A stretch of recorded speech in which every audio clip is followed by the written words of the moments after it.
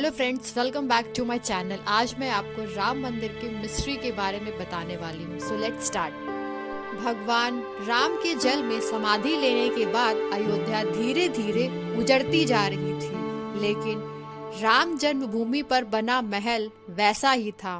भगवान राम के पुत्र कुश ने फिर अयोध्या में पुनर्निर्माण किया। इसके बाद सूर्यवंश की अनेकों पीढ़ियों ने यहाँ पर राज किया। सूर्यवंश के आखिरी राजा महाराजा मृदवल तक राम जन्मभूमि की देखभाल होती रही। महाभारत युद्ध के दौरान सूर्यवंश के आखिरी राजा महाराजा मृदवल की मृत्यु अभिमन्यु के हाथों हुई। इसके बाद भी राम जन्मभूमि को लेकर लोगों के बीच मान्यता रही और पूजा पाठ का कार्य जारी रहा, लेकिन जो साक्ष्य मिलते हैं उसके अनुसार कालांतर में मंदिर तो बना रहा, लेकिन अयोध्या धीरे धीरे उजड़ती गई। इसके लगभग 100 साल पहले उज्जैन के सम्राट विक्रमादित्य टहलते टहलते अयोध्या पहुंच गए। जब वह थक गए थे तो उन्होंने सरयू नदी पर एक पेड़ के नीचे विश्राम किया। उस वक्त तक अयोध्या में कोई बनावट नहीं बची थी, केवल जंगल था। तब विक्रमादित्य ने खोज शुरू की और तब साधु संतों से पता चला कि यह भगवान राम जी की जन्मस्थली है। तब सम्राट विक्रमादित्य ने भव्य राम मंदिर निर्माण के साथ साथ सरोवर, महल, कूप आदि कई विकास के कार्य किए। बताया जाता है कि उस वक्त राम जन्मभूमि पर बने मंदिर की भव्यता देखने लायक थी।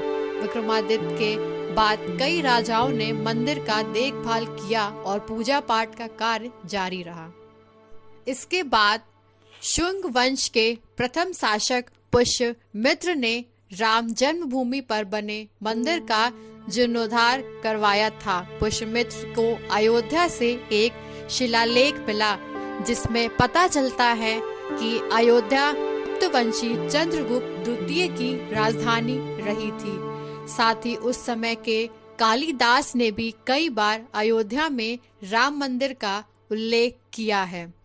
इसके बाद कई राजा महाराजा आए और राम मंदिर की देखभाल करते रहे। 5वीं शताब्दी में अयोध्या बौद्ध केंद्र के रूप में विकसित हुआ। यहाँ पर आदिनाथ सहित 5 तीर्थकारों का जन्म हुआ। तब इसका नाम साकेत हुआ करता था। 5वीं से लेकर 7वीं शताब्दी तक यहाँ पर कम से कम 20 बौद्ध मंदिर थे और इसके साथ हिंदुओं का एक भव्य मंदिर भी था जहाँ लोग हर रोज दर्शन करने के लिए आते थे।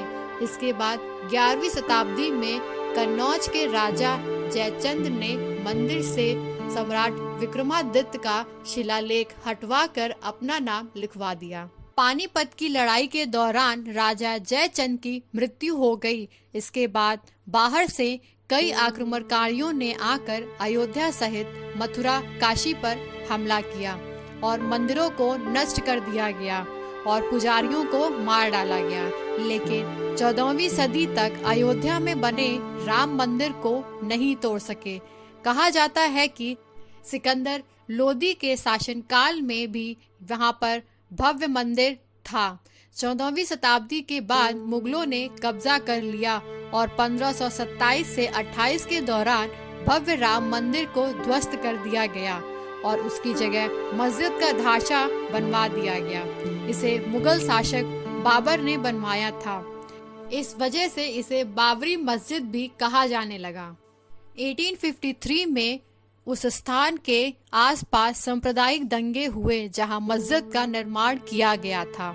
इसके बाद 1859 में ब्रिटिश प्रशासन के बाद विवादित क्षेत्र में चारों ओर एक बाड़ लगा दी गई, जिससे मुसलमानों को मस्जिद के अंदर पूजा करने की अनुमति मिल गई और हिंदुओं को प्रांगण के पास पूजा करने की अनुमति मिल गई। असली विवाद तब शुरू हुआ जब 23 दिसंबर 1949 को जब भगवान राम की मूर्तियां ढांचे में पाई गईं। हिंदुओं का कहना था कि भगवान राम प्रकट हुए हैं, जबकि मुसलमानों ने आरोप लगाया कि किसी ने रात में चुपचाप मूर्तियां वहां रख दी। यूपी सरकार ने मूर्तियां हटाने का आदेश दिया, लेकिन जिला मजिस्ट्रेट श्री के नायर ने दंगे और हिंदुओं की भावनाओं के भड़कने की डर से इस आदेश को पूरा करने में असमर्थता जताई। सरकार ने इसे विवादित ढांचा मानकर ताला लगवा दिया। 1950 में फैजाबाद सिविल कोर्ट में 2 याचिकाएं दायर की गईं। एक विवादित भूमि पर भगवान राम की पूजा की अनुमति देने की मांग की गई और दूसरी मूर्तियां स्थापित करने की अनुमति मांगी गई। 1 फरवरी 1986 को फैजाबाद जिला न्यायाधीश उमेश चंद पांडे की याचिका के आधार पर के.एम. पांडे ने हिंदुओं को पूजा करने की अनुमति दी और ढांचे से ताला हटाने का आदेश दिया। 6 दिसंबर 1992 को एक ऐतिहासिक घटना घटी जब विश्व हिंदू परिषद बीएचपी और शिवसेना के कार्यकर्ताओं सहित हजारों कार्यकर्ताओं ने विवादित ढांचे को ध्वस्त कर दिया। इसके कारण देशव्यापी सांप्रदायिक दंगे हुए और हजारों लोगों की जान चली गई। 2002 में अयोध्या से दर्शन के लिए हिंदू श्रद्धालुओं को ले जा रही एक ट्रेन में गोधरा में आग लगा दी गई, जिसके परिणाम स्वरूप 58 लोगों की मौत हो गई। इसके चलते गुजरात में हुए दंगों में 2000 से ज्यादा लोग मारे गए थे। 2010 में इलाहाबाद हाई कोर्ट ने विवादित जमीन को सुन्नी वक्फ बोर्ड, रामलला विराजमान और निर्मोही अखाड़ा के बीच 3 बराबर हिस्सों में बांट दिया और 2011 में सुप्रीम कोर्ट ने इस फैसले पर रोक लगा दी। 8 मार्च 2019 को सुप्रीम कोर्ट ने मामले को मध्यस्थता के लिए भेजा और 8 सप्ताह के भीतर कार्यवाही समाप्त करने का आदेश दिया। मध्यस्थता पैनल ने बिना कोई समाधान हासिल किए 2 अगस्त 2019 को अपनी रिपोर्ट पेश की। इसके बाद सुप्रीम कोर्ट ने अयोध्या मामले पर रोजाना सुनवाई शुरू की और 6 अगस्त 2019 को सुनवाई पूरी होने के बाद फैसला सुरक्षित रख दिया था। 9 नवंबर को सुप्रीम कोर्ट की 5 जजों की पीठ ने राम जन्मभूमि के पक्ष में फैसला सुनाया, जिसमें 2.77 एकड़ विवादित भूमि हिंदू पक्ष को दी गई और मस्जिद के लिए अलग से 5 एकड़ जमीन आवंटित की गई। 25 मार्च 2020 को 28 इयर्स के बाद रामलला की मूर्तियों को तंबू से फाइबर के मंदिर में स्थानांतरित कर दिया गया और 5 अगस्त को मंदिर निर्माण के लिए भूमि पूजन समारोह हुआ। एक बार फिर अयोध्या में रामलला का भव्य मंदिर बनकर तैयार हो गया है।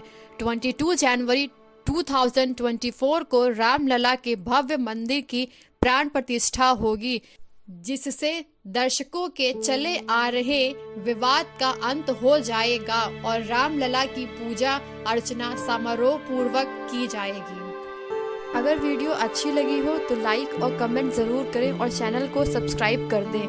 Thanks for watching. जय श्री राम।